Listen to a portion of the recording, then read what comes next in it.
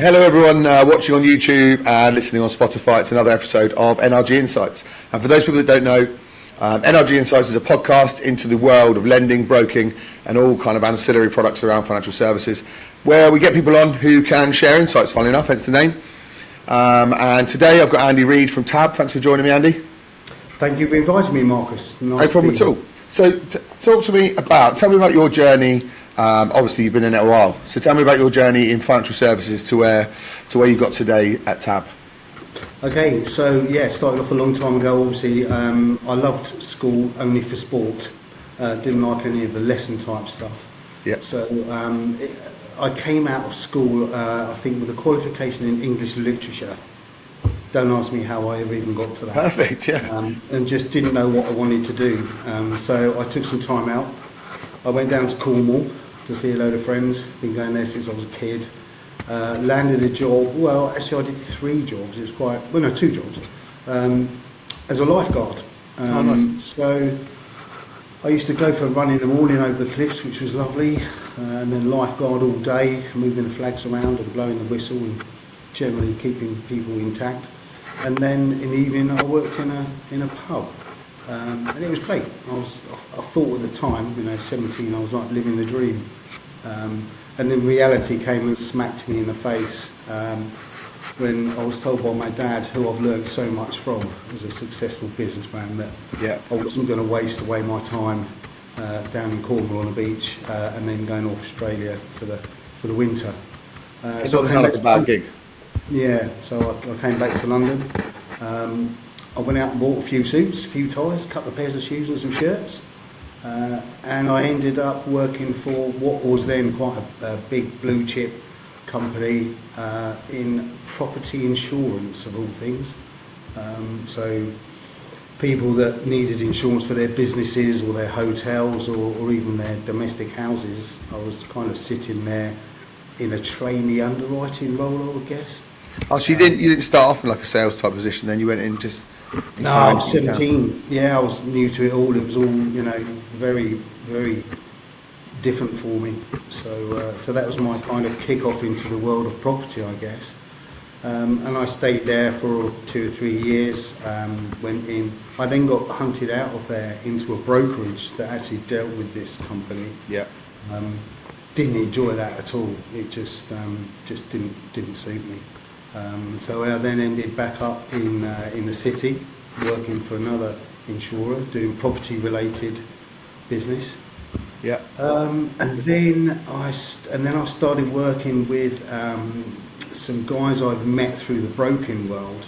And what we did was we put financial advisors into estate agents. And primarily there was one very large chain that covered London and what I'd call the outer M25, so Herts, Beds, Bucks, Surrey, Middlesex, and that's how we started that business. And we then realised that was such a good business that we should approach independent estate agents, which is what we did. And then we started putting brokers in there, and it was great for both sides. Obviously, there was a lot of traction on the regulated mortgage side. Yeah. What sort of era was that, Andy? Oh, you're talking 80s. Right. 80s, yeah, mid to late 80s. No regulation then, what do you mean? Well, there was, believe it or not. So I will cut this out, but I've got to turn the air conditioning up because I left it straight on.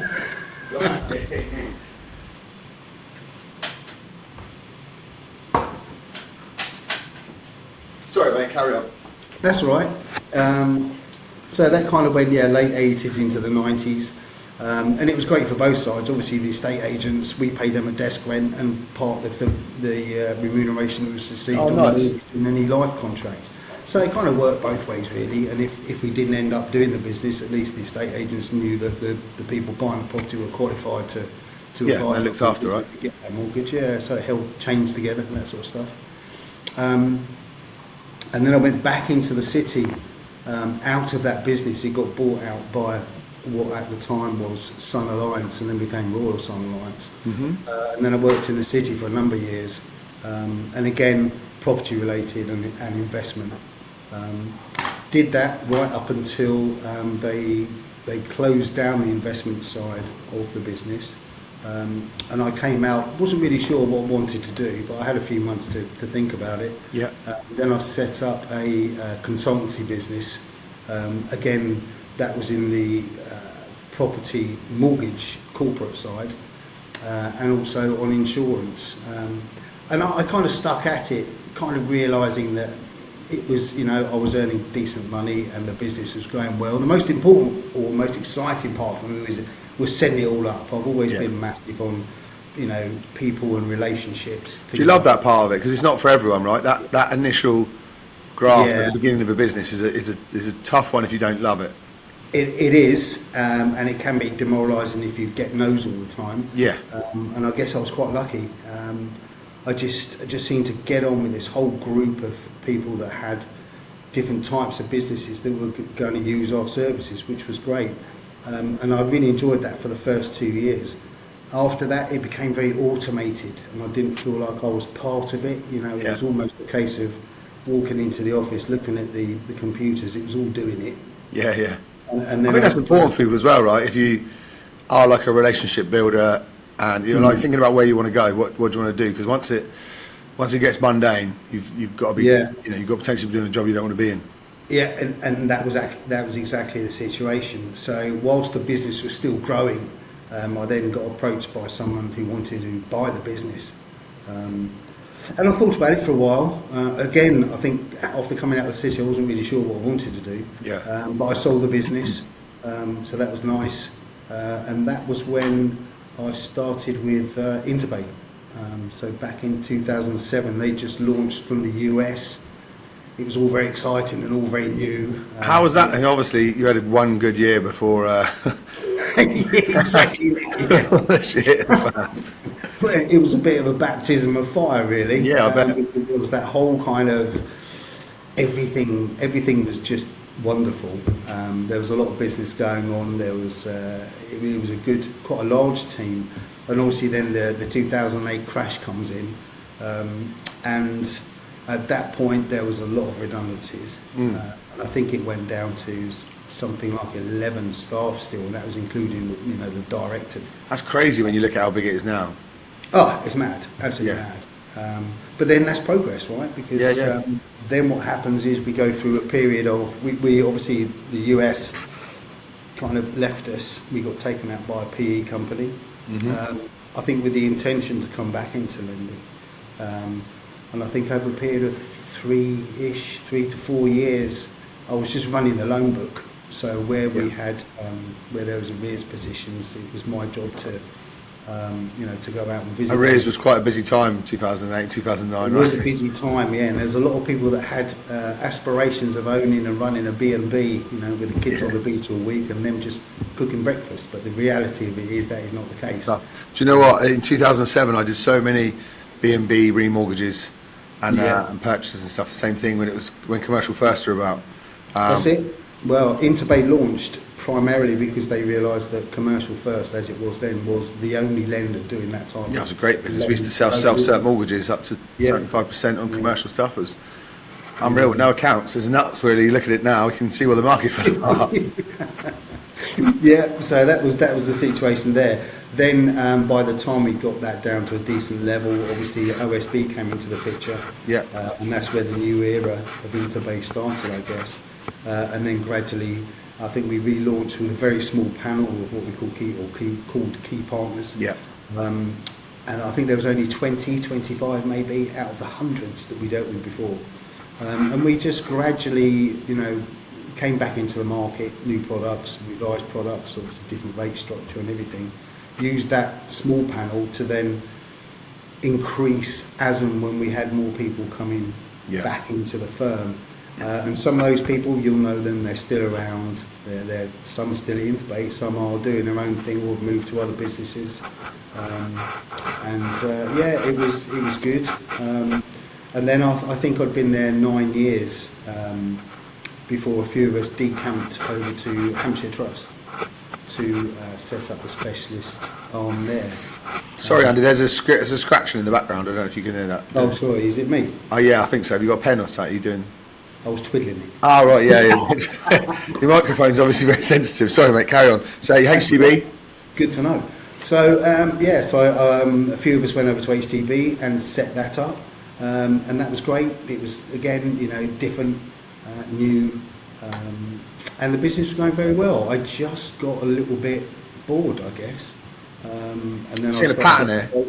Pardon? I've seen a pattern of setting something up, getting a bit bored. Yeah, it's an odd one, isn't it? And sometimes when you just think, I'm really enjoying it, I really enjoy it. Now I'm not. No, I'm not. Yeah. And I don't know. I think when you start getting approached as well for other things, then you get distracted, and you think you're in that conundrum where you're weighing up what you've got now and what might be different, and do you fancy it anyway? So I did. I moved. I went to Obelix Capital, which was a fairly small bridging and development lender at the time. Mm-hmm. It did expand. I recruited BDMs as I had done, previously, and it was a great little business. Really enjoyed it. Obviously, still dealing with a lot of the people that I dealt with for years. Yeah, and years. It's quite an incestuous market, isn't it? Even if you move, it's still. Yeah, it is. And I think, I feel quite humbled sometimes, Marcus, by the fact that I'm still dealing with people that I've known over 30 years. Yeah. And sometimes that's the relationship management side of things that I think people and that's the miss bit out I on, love the isn't most. Yeah, I'm massive on face to face. I'm not, I'll prefer to meet someone face to face all day long rather than doing Teams meetings and stuff. Yeah, you don't get the same. You don't get. I speak to people. I remember coming out of COVID, and I was back in London and sort of grafting, doing your normal stuff, and I'd speak to people going, "Oh, are you back already?" Because we do stuff on Teams, and I was thinking, I'm not good on Teams. Like it's not. You can't. You just miss stuff as well. Yeah, I think you don't get the longer conversation. They're so process driven. A Teams call. That's it, exactly that. Plus the fact it's normally booked in for a certain amount of time, and then you have to switch off, and you might be just breaking that, into that really good part of the conversation. Whereas now I'd probably allow at least an hour for a face-to-face, and if it goes over, it goes over. That's fine. Yeah. I've left enough time. I travel all around the country doing that. So very used to it. And you still do that, right? You still love it. You still go out. I see you on LinkedIn and stuff. You're always out and about. Yeah, absolutely. So generally speaking, I'm in the office on a Monday, like today. Monday is a busy day for me. That's the sales meeting to start the week off, and we look at what's in, what we're working on, what we need to do, what we need to push. Yeah. And then straight after that, I join the underwriters and the senior underwriting staff members in the pipeline meeting. So that's probably another hour plus going through that, and then throughout the rest of the day, I'm just pulled left, right and centre, and I deal a lot with the underwriting just so that I can help out with the BDMs. It's good to know where you are as well. I was talking to someone about this the other day about BDMs not fully understanding the journey, and maybe underwriters not fully understanding the whole process. Like they need to be connected, don't they? They need to understand what the other one does. Do. Like one's not against the other. They're all working. I mean, on the sales side, we literally have a bank of desks where we all sit, and the other side of the screens are the underwriters. Oh, nice. Which is great because you hear the conversations. You can butt in on those conversations to add something of value. Hear them moaning about you. Just leave us alone. But I think it creates, great cohesion and it's a good atmosphere. And we obviously there's a serious side to it all as well. But in essence, we're all working and pushing in the same direction. But obviously, as a sales director, I always kind of think it's my kind of, I always say duty. That's the wrong word.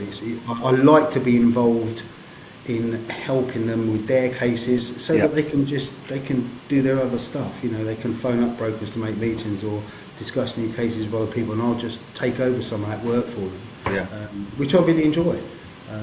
And even tomorrow, for example, we have a valuer firm coming in. I've arranged for them to come in.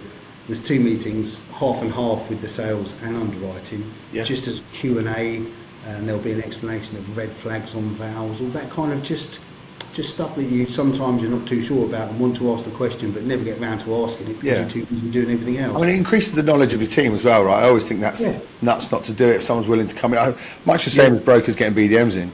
Like someone said they're too busy, and I think you don't know what you don't know until you actually sit in front of someone. I like that phrase, you don't know what you don't know. Yeah, you don't. Yeah. And of course, they say that, knowledge is power and everything else. I wouldn't say it's necessarily power, but to have the knowledge is good. Just a little bit better every time. Funny enough, I sat in a seminar the other day about valuations, and I'm in recruitment. But my clients need to know. I think it's important that I need to know, I think it's if you have a interesting. very broad understanding of it all, it's great. It's the same with the legal side. I get asked quite a lot now from quite a few brokers where they have graduate entrants come in.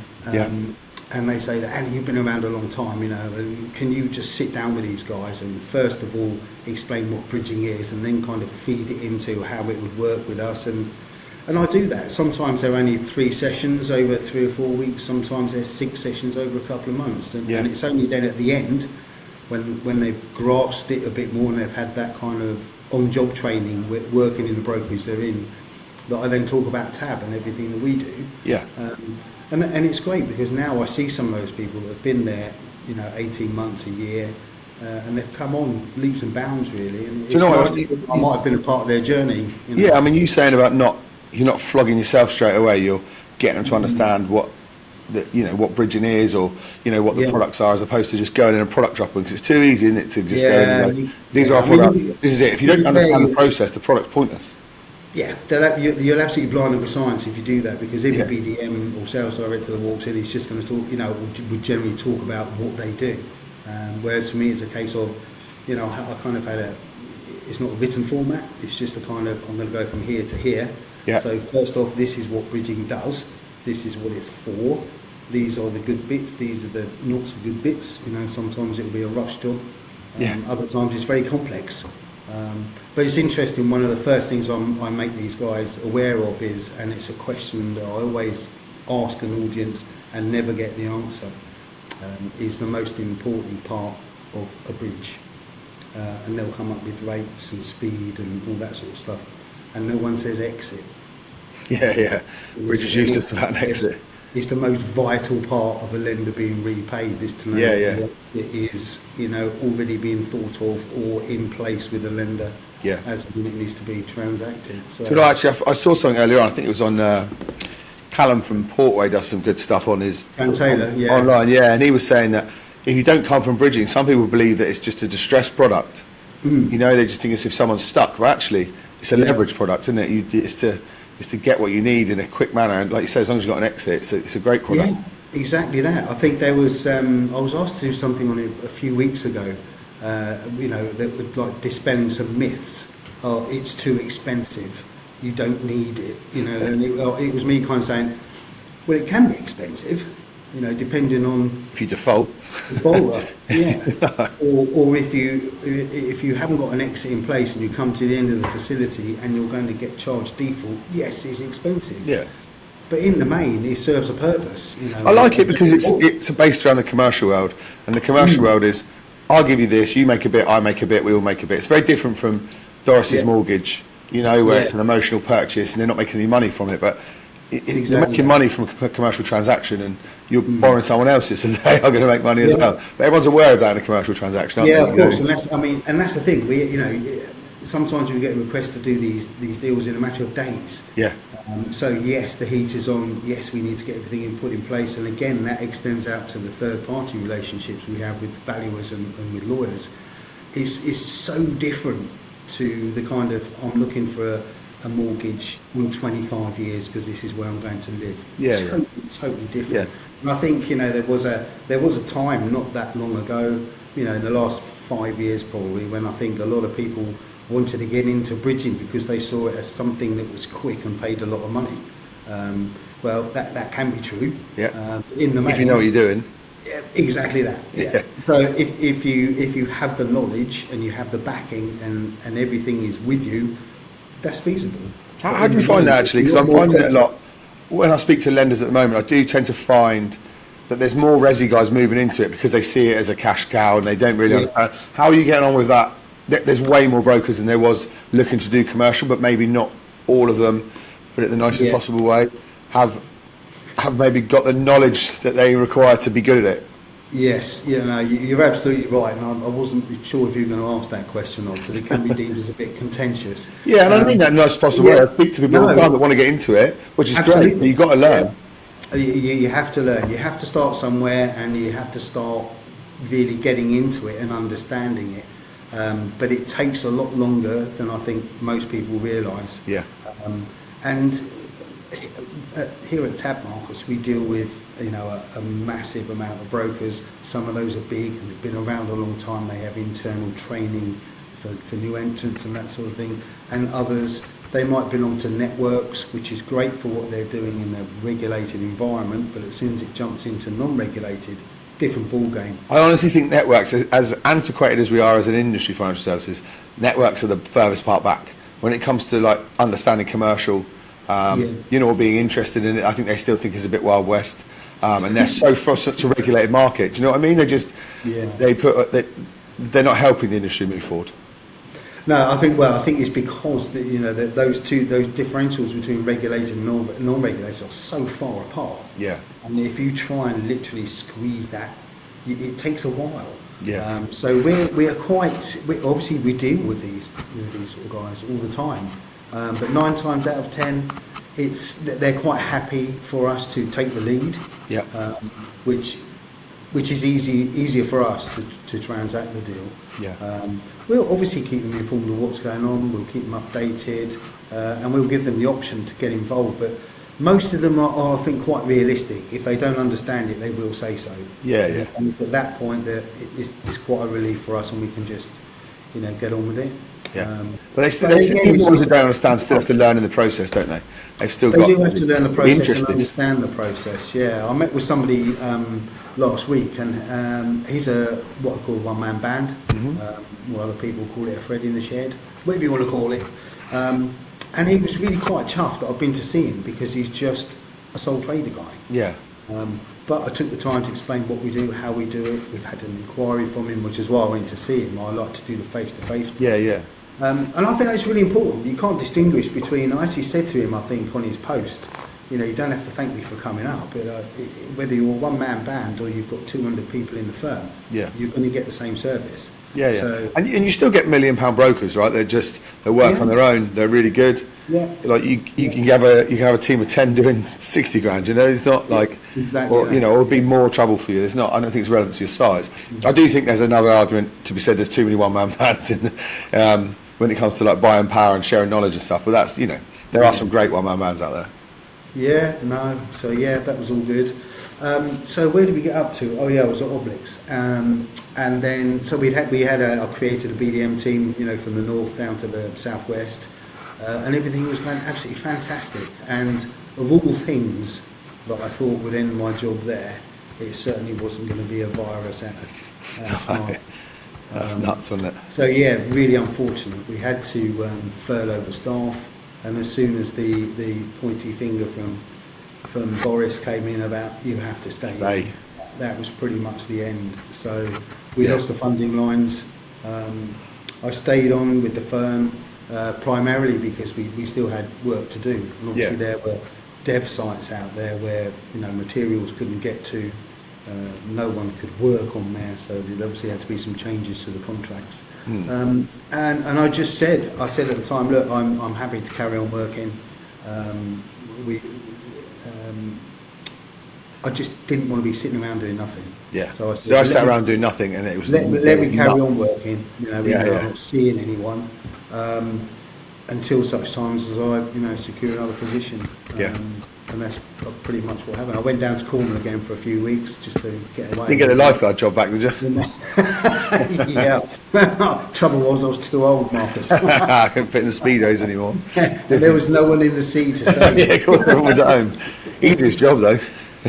Yeah. So then I then moved into London again, and I guess I'm one of these people now, especially after you've been in the business this long. I think it's nearly 38 years or something. Yeah. That I've been doing this, and if you don't like something, then don't stay there. Yeah.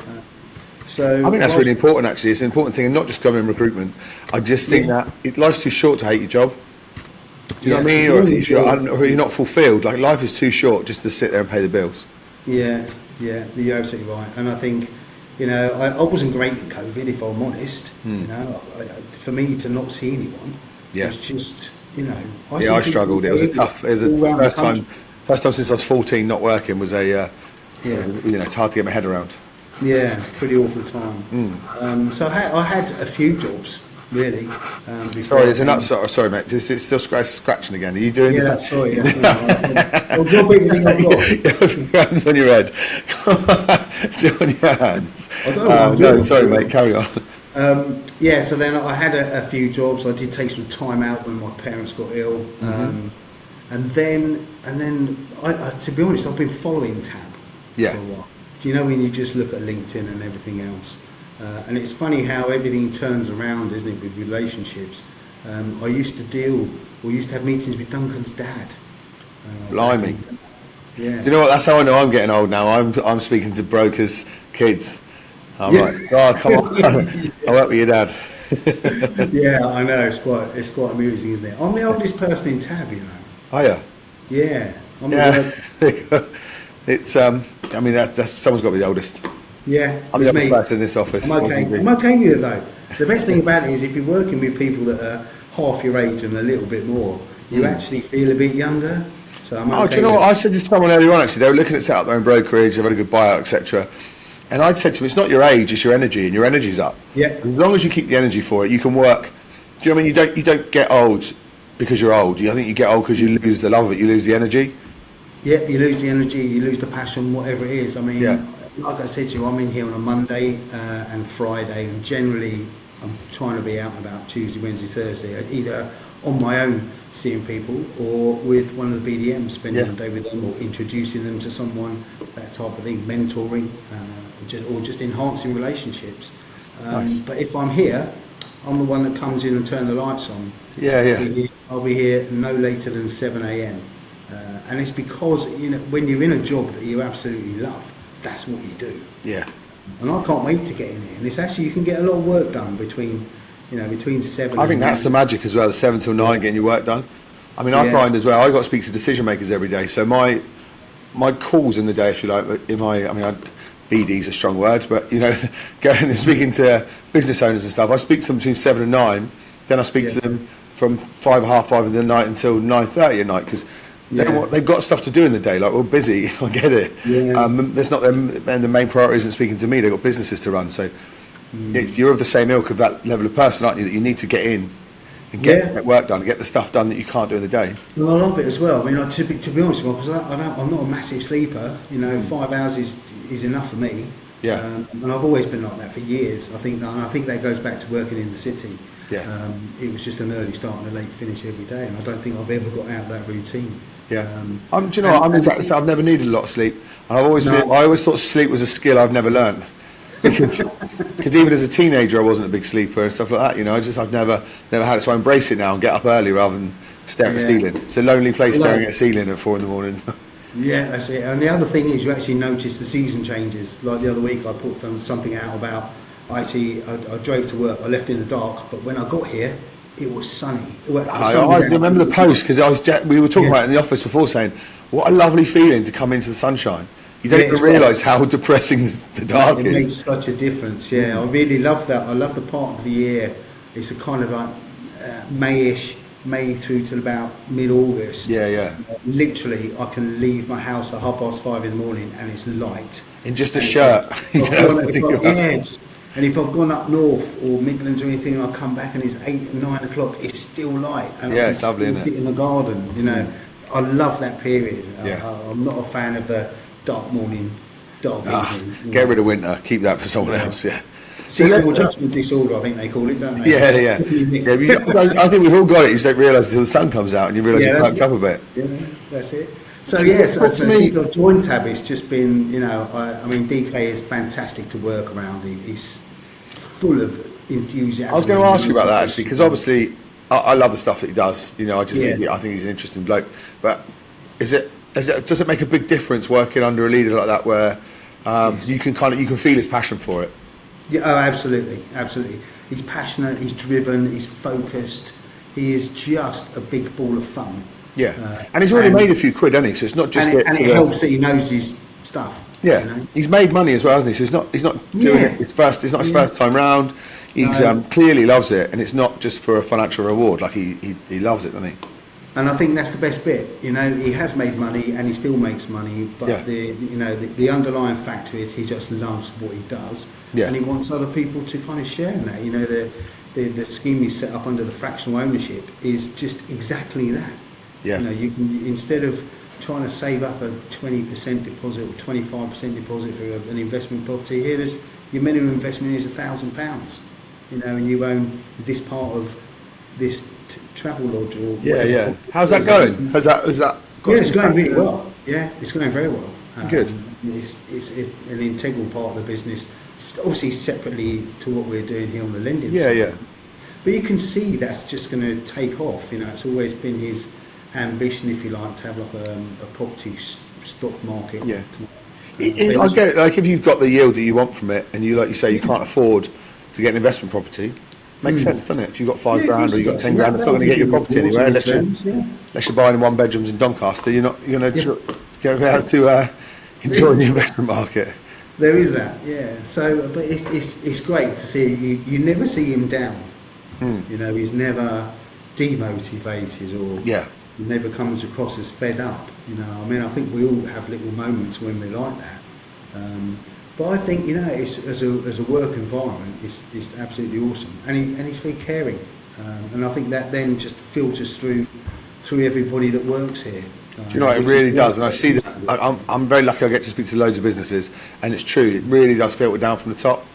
Like you'll see people who are not particularly nice working as leaders, and I think that trickles down, and you see their kind of revolving door policy that they have.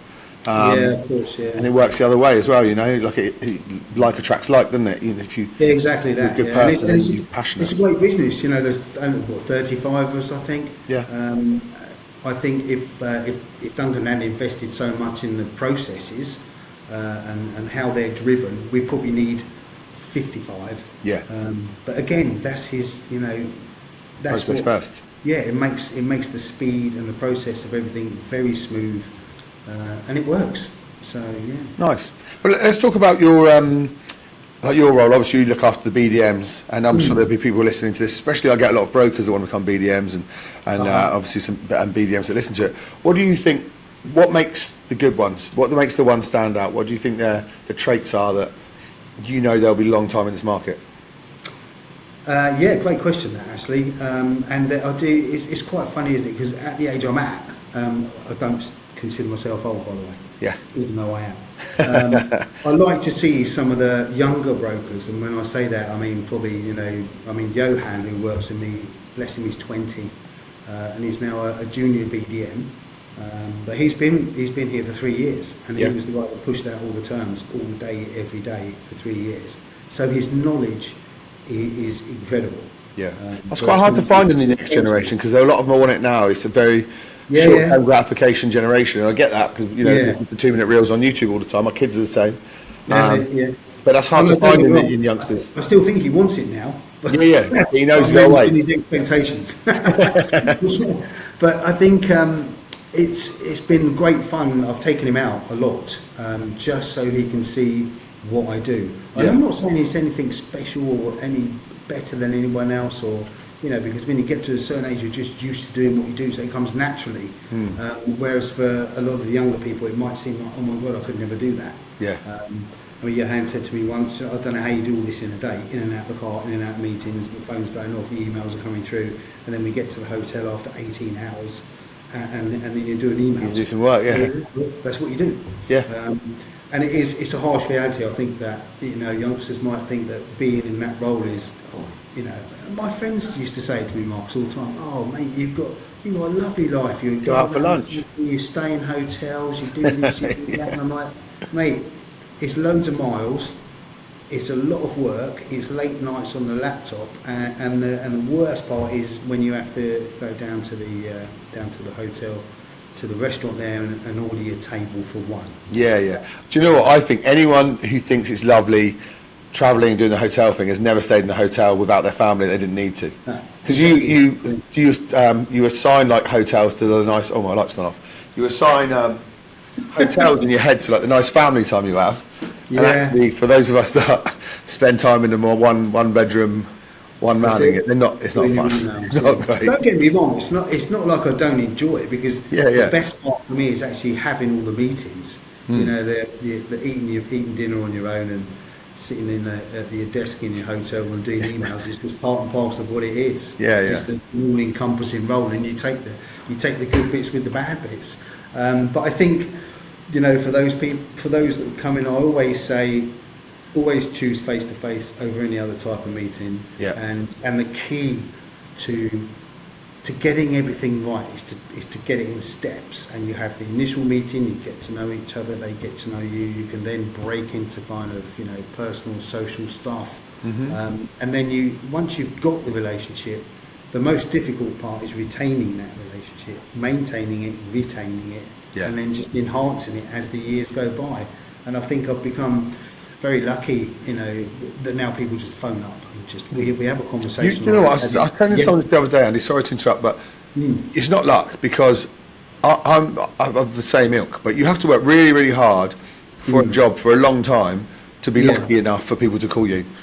Do you know what I mean? You've really got to put in the hours for that. It's not an overnight thing where people know who you are and just decide they want to work with you. It's a hard graft you've put in before to be that lucky. Nice of you to say that. And also, I did say to someone once before when we were talking about meetings and everything else, and you know, I think someone had said, "Well, it's easy for me to do it because I know everyone."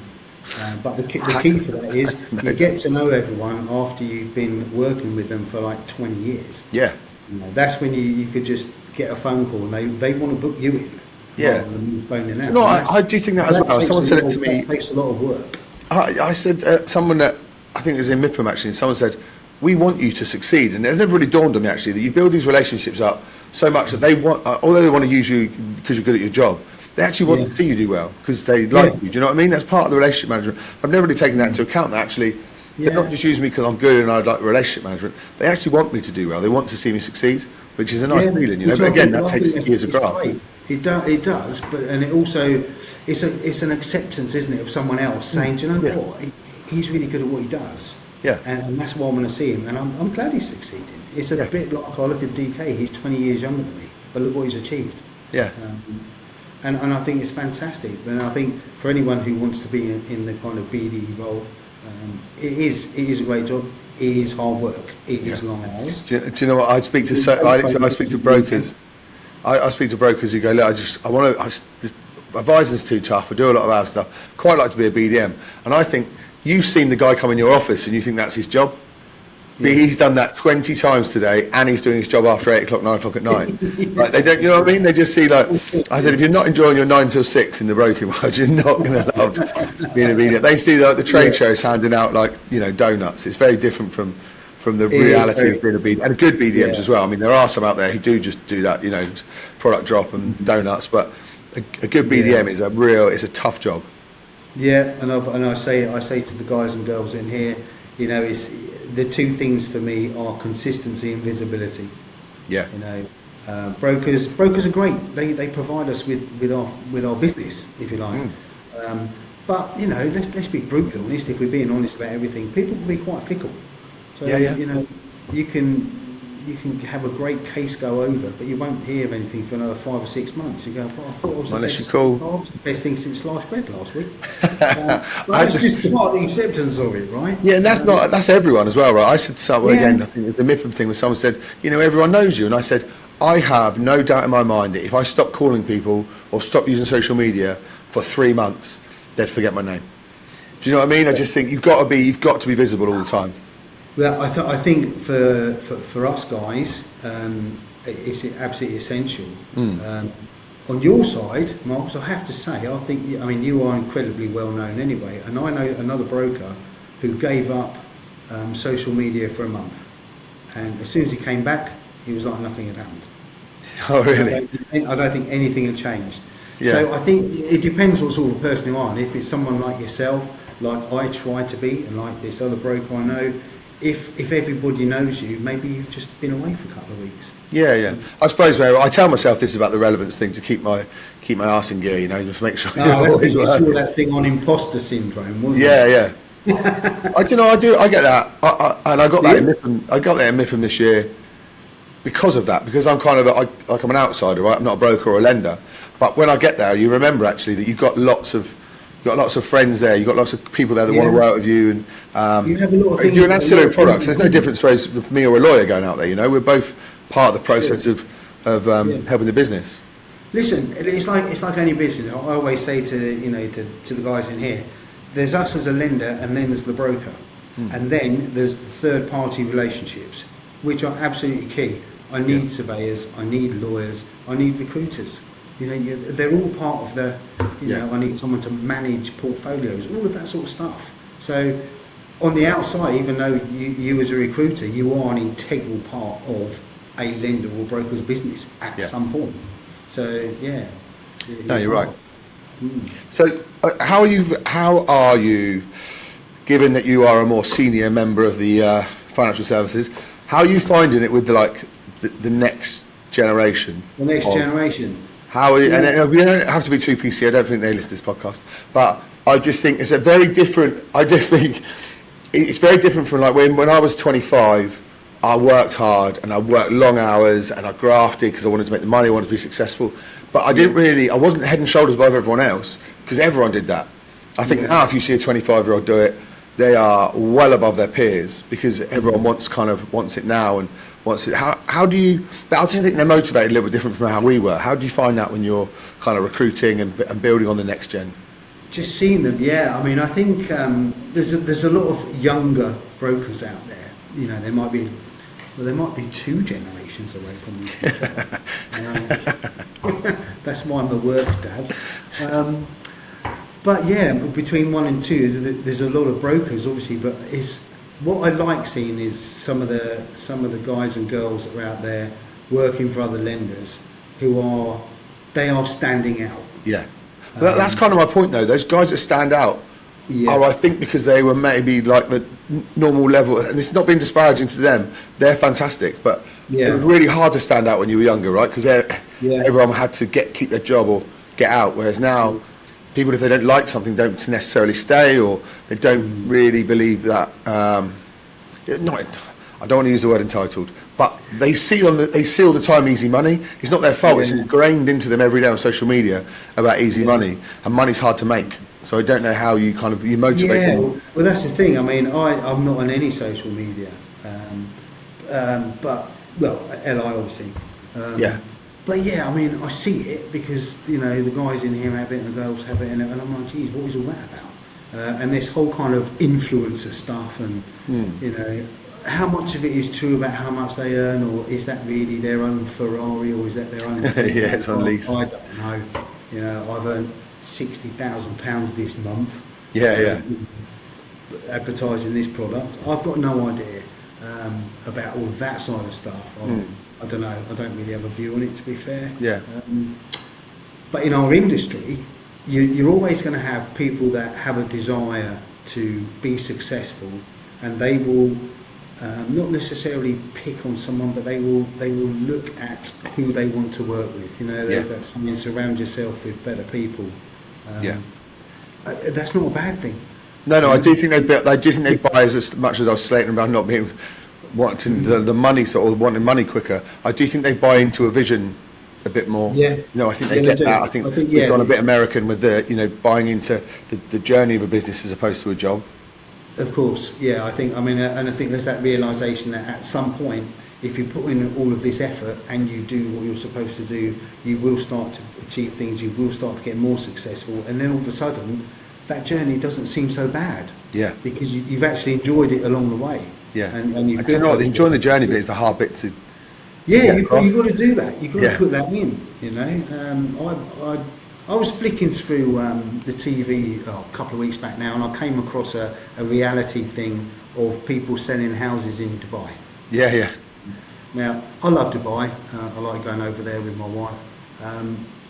But then I watched this programme and I'm like, oh my God. These guys, I mean, I don't know how they sell anything, to be fair. I hope no one's going to watch this bit. Don't get me wrong, there are some great people out in Dubai. And it's all very well edited for these shows to make them look like idiots. But on the real estate side, I think that is more specialised because you have to stick out there and be good at doing the job, as opposed to here's 20 people, you've all got to go out there and sell this off plan, whatever it is. And that is where relationships and cohesion in teams just dissipates. Yeah. Because they all don't like each other. Yeah, yeah. They all want to be selling it first. I know they're competing against each other, aren't they? Which seems bizarre to me if you're running a business. I mean, don't get me wrong. Look, we compete all the time. Yeah. Whether it's lenders or a broker might have put a case to another lender. That's okay. Yeah. There's enough business. We want our share, and we always want to increase that market share, obviously, because then we're more successful than we already are. But not all the stab in the back stuff. No. Well, we call it here competitive collaboration, if I can get my words out, which means everyone here is on commission, right? So everyone wants to make more, everyone wants to do more, but we collaborate. So if we think if we think it suits someone else, then we'll pass it over to them because we know in the long run that's going to happen, And we're only a small team. It gets harder when you get bigger, right? Of course. There's six but it of us. Nice. Going back to your original question, it is nice to see some of these youngsters coming through. I'm not sure I should name check them on here. They probably know who they are because when I get the opportunity, I actually tell them. Yeah. I actually say, I think you're doing really well. Yeah. And, do you know, I had a conversation with someone the other day, actually, same thing when I said, as a broker, and I said, you have no idea how good you are. And he said, oh, really? I said, I know that doesn't sound much coming from me. I'm 20 years older than you. But for the people I speak to, and you're coming from corporate, and you're doing the right thing, you're not chasing money, you're chasing the good leader. I said, you're head and shoulders above your peers, just looking for the right things. And you've got to let them know, don't you? You've got to let them know that they're... Yeah, you do, yeah. I mean, I do the brokers, but I see a lot of lenders as well, guys and girls that work for lenders. And I'm quite happy to tell them that I like seeing their stuff. I like what they do. I hear good things about them from other people, whether they're brokers or other lenders. And I think that's important, because at the end of the day, Marcus, as sad as it sounds, in 10 or 15 years, I could be just sitting on LinkedIn and all of a sudden these people are 15 years older and they've really succeeded. And I really would love to see that. Yeah. Well, do you know what? I think as well, I've already taken over the time, so apologies, I'll try and shut up. But that's okay. I think that successful people love watching people succeed. I think that's why people are happy to come on the podcast and talk about it. I think that's why you want to tell people. I think that success breeds success, and actually I think as well, if you want to do well in this industry, you've got to love people succeeding. Right? I mean, I want to succeed myself, but there's nothing better than watching your clients succeed. You're already succeeding. So. I don't know, define success. I've got a podcast, but I don't. But genuinely, do you know what I mean? I think if you love watching people succeed, you're going to be good at this. Yeah. Because whether you're watching your brokers succeed or their clients, or like for me, watching lenders and brokers grow, if you genuinely love it, it's great. It's a great part of the job. If you're in it for a quick cash, it's just it's too tough. Yeah, there's an event I go to down in Cardiff every year. Again, I won't name check, but it's a great event because it's just brokers. It's just lenders because the broker holds the event, and it's one of the highlights of the year for me because then all of a sudden I'm mixing in a social environment separate to a golf course with just a load of lenders, and we all get on really well. And contrary to popular belief in the broker market, lenders actually collaborate. Yeah. So, and it's nice. And I think it happens more now than it has done in the past, though. I think it's but I think it's as an industry. Yeah, but I think it helps the business as well. It helps all businesses if everyone talks to each other. So. I think if you talk to other businesses and they're transparent as well, because nobody wants to all get together and tell everyone how you're smashing it, right? The market's not been great. I found that in MIPIM actually. I felt that people in that environment were just a bit more honest. They're a bit like, we're actually having a tough time, or we lost a bit of money here, or we can do better here, or they can't wait for the market to keep. Not that I think it's bottomed out, but it's still tough. It's just having those honest conversations with people, like, don't worry, you're not alone. Like, it's true. I think it's good. Honesty and transparency, fantastic. It hasn't been absolutely 100%. And we all know that. I think the ones that's shouting about it saying it is probably maybe they just need to say that to make themselves feel a bit better. Yeah. You do speak to some and you think that's not true. Last year was the best year of our life. I'm like, you must have had a real shit time before that because it was hard. Whereabouts were you? They probably come out of the industry. That's really useful. So I'll leave you with one question, Andy. So, if someone's listening to this and they want to get into the lending, broking, financial services world, what's the best advice you think you can give them that you've built up over this time that's going to stand the test of time? Okay, so I think do your research. Look at what type of business in finance you want to get into. Make sure you know about that business because you will be asked, and make sure that it's something that you're going to have a passion for. A lot of people can go into a job, as you said earlier, just because it pays the bills. You know, we're only here once. You've got to live your life. You've got to enjoy what you do. So pick the right one. Once you're in it, then try and make a name for yourself. Don't be satisfied with starting at the bottom and staying at the bottom. Always look for the progression, do the right thing, work hard, and just grow your success. And hopefully that business that's around you will give you all the support you need. Nice, lovely, nice way to end it. Thank you, mate. And so if anyone wants to get hold of you, Andy, wants to talk about Tab or just anything that we've talked about, just generally, Tim, I'll give you, what's the best way to get hold of you? Obviously all your socials will be on our socials when we put this out, but... Yes, okay, yeah, just a mobile number and email. I'm getting more and more WhatsApps in the last few months. I think it's quite a thing now, isn't it? I do half my business on WhatsApp, yeah.